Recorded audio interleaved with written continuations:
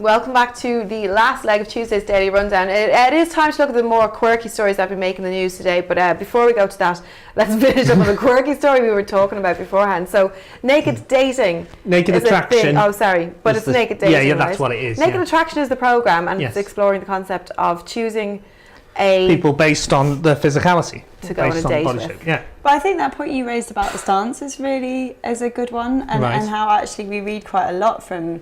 It's something crazy. The psychologists talk about how actually the content, the verbal content of what people say, is such a small percentage of the way that we read them and we communicate and what we like about them and not. And it put me in mind of another like a dating app, I think, in the States, where and it's the most bizarre one I've ever heard of, where you join the app and you get sent a t-shirt that you have to wear, a white t-shirt that you have to wear straight for 3 days. You're not allowed deodorant, you're not allowed to shower, you're not... Oh yeah, I've done that. Oh God. And so you have to wear this t-shirt, you send it back. No, we're going. People are sick. And then they cut it into swatches and they send swatches, and you'll receive swatches of other people. And it's based on smell. Pheromones. And apparently it's actually weirdly successful. I don't really know why. It is the most bizarre. I can't quite imagine meeting up with someone for the first time and being like, I just love the smell of your t-shirt. Imagine the process though. I mean, like, for everyone that you think is okay, because, like, let's be honest, it's not going to be, CK1, which is my favourite perfume, obviously, it smells lovely. No, but it's not going to be perfumed. It's going to be sweat. Gross. Yeah. But just maybe not stomach turning, one that doesn't actually produce puke. Well, just a bit of a gag. I mean, do we start talking about the different kinds of sweat that there are, and how, like, sweat isn't kind of naturally smelly, so it just depends on your body chemistry. Person. Right. Yeah. Like, just to go back, we honestly could have a whole program about this, but sweat. Is this what? No. The sweat show. On your original topic, which was the Naked Attraction program, why are people just going out and meeting in bars anymore? Why is that not happening? Because it's hard, I think. Is it? Are you? It's really hard. Or do you mind me asking? Are you single, or are you dated? What's hard about it? I think there's a lot of stuff around confidence and feeling like you can go and approach someone and start talking to them. I think the very fact kind of that in bars that everyone's drunk is a kind of odd environment in which to meet someone for the first time. Like, ultimately you're not going to spend your life with someone who's drunk all the time. But it's tried and tested method though. Alcohol is very useful, but I just think that it's kind of interesting. People are different on alcohol. Yeah. And whilst that might mean that they're more likely to go up to someone and talk to them, you kind of... Yeah, I don't know. I think confidence is a massive part. These people were sober, but they were confident because they were naked.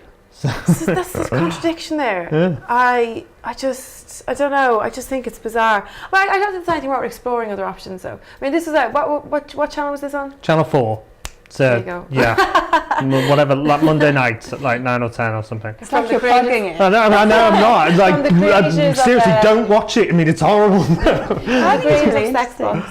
Yeah. No, to be fair, what you were saying as we went into the break, that there was quite a few positive elements to it. To be fair, it wasn't. You didn't necessarily. I haven't seen it, but you didn't necessarily think it was super sleazy. No, and there were a lot of little facts and stuff. There were a lot of facts about women finding symmetrical men attractive and symmetrical men having better sperm or something. I don't know. Sciencey kind of sciencey stuff. Right. I think the principle. It's difficult because I think the principle of nakedness is something we're becoming a lot more okay with, and the idea that attraction is based on looks is a kind of is something we have a mixed relationship to. The idea that you're choosing someone kind of based entirely on what they look like is I don't know, a bit problematic.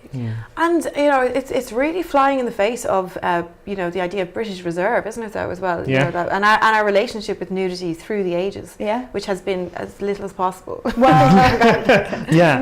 clothes, depending on since Victoria maybe, but not before then. No, I think a lot of I think in kind of mainland Europe, a lot of people would regard the Brits as quite reserved Yes, when they that's in that true. way. So yeah, from that point of view. Anyway, I'm gonna have to tune in and watch it next week now, aren't I? So you've just boosted the viewing. Yeah. You have, Yeah. right. Maybe Yeah. he's maybe just some commission-y going on there. All right, let's go to our and finally. These are the quirkier stories of the day. They're all fresh for all of us here on the couch. I've not seen any of them either. So yes, any reactions are genuine. An example of artistic activism in America is our first one. An artist has built a wall around Donald Trump's star on the Walk of Fame on Hollywood Boulevard. We've got a picture of this. Oh, hilarious. That's Genius. amazing. The 6-inch high structure was erected overnight by artist Plastic Jesus. Do you think it's enough to keep Trump out of politics, though? No. Not quite, but No. it's great. It's a great little creative piece of vandalism, sort of. Is A it? vandalism, yeah. Is it whatever I it guess is? it's kind of Graffiti sort satire, of isn't vandalism. it? Yeah, It's like- I don't know. Whatever it is, it's very funny. And he's just the story that keeps on giving Trump, isn't he? Yes. I mean, every angle. Sadly, yes. Have we? We need like because we had a Brexit box, basically swear box in here in the channel, because every time someone mentioned Brexit, they had to put some money in. We need a Trump one, I think. Yeah. Yeah. Make a lot of money. particularly Because still his have some name time. is somewhat. Yeah. Yeah, it's in that area, isn't it? It's in that area that maybe Yeah. it would warrant a swear box anyway. Yeah, anyway, to keep him out of politics, no, probably not, but what a great idea. Right, next up we're talking about tall people. A new study has found that the Dutch are officially the tallest people on average, with the average Dutchman measuring 6 foot. That's the average, measuring 6 foot. And women from Latvia are clinching the top spot, with the average woman there measuring 5'7".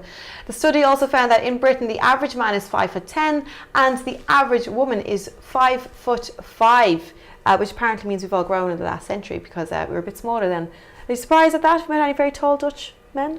Flying Dutch men? It's surprising. I've met, funnily enough, I was on holiday, or it was my hen party actually, when I was in Budapest, and it's very international. Well, anyway, we were in a very expat kind of area. We met a gang of Germans, and we thought, wow, they're all very tall. And they were, I'd say they were, 5'10" and above, all of them. Then we met a gang of Dutch, and yeah, I do think actually most of them were 6 foot or so. And because of that, we all went over and did the polite thing and took pictures of all of us standing with each of them and that type of thing. When you see a tall person, that's what you're meant to do, or anybody who's outside the... It's not what you meant to do. To draw attention to them. Anyway. I know that so I have a friend of mine who both has the longest beard of any man that I've ever seen, and also is very, very tall. And he has genuinely considered getting some of the cards that they went around social media again at one point, that they're kind of cards that tall people carry that you can hand out and that just say, no, I'm not a basket player. Yes, finding clothes is hard. Yeah. No, I don't get a crick in my neck when I kiss people. That kind of just standardised replies, because the amount that it's commented on. We're horrible, aren't you? Or maybe it's just me and my friends, but I was on my hen, I think I felt entitled. You know the way hen and stag dudes do in that horrible way. Yes. For that entitlement where we can be the loudest and that kind of... Actually, we weren't that bad. I mean, I'm making it sound like... But we were very impressed by this gang of tall guys, and they were super tall. And I also was dressed like a leprechaun. So that just made it all the more funny, because leprechauns are small. I mean, I didn't look particularly, probably like the biggest leprechaun ever. Yeah, because you're quite tall, aren't you? I'm 5'7". Yeah. So yeah, but I would be so average in Latvia. Yeah. Because they're all 5'7" over there. 5'5" is quite tall for an average, though, I think, even by for us here. That's all the time we have for tonight, though, guys. I'd like to say thank you to my fabulous guests, Polly Checkland and Mike Milling. We're back tomorrow night for another day rundown, but this time you'll have the pleasure of Dan Morfitt's company. I'll be back next week. Until then, have a very good evening from all of us here in the studio. Good night.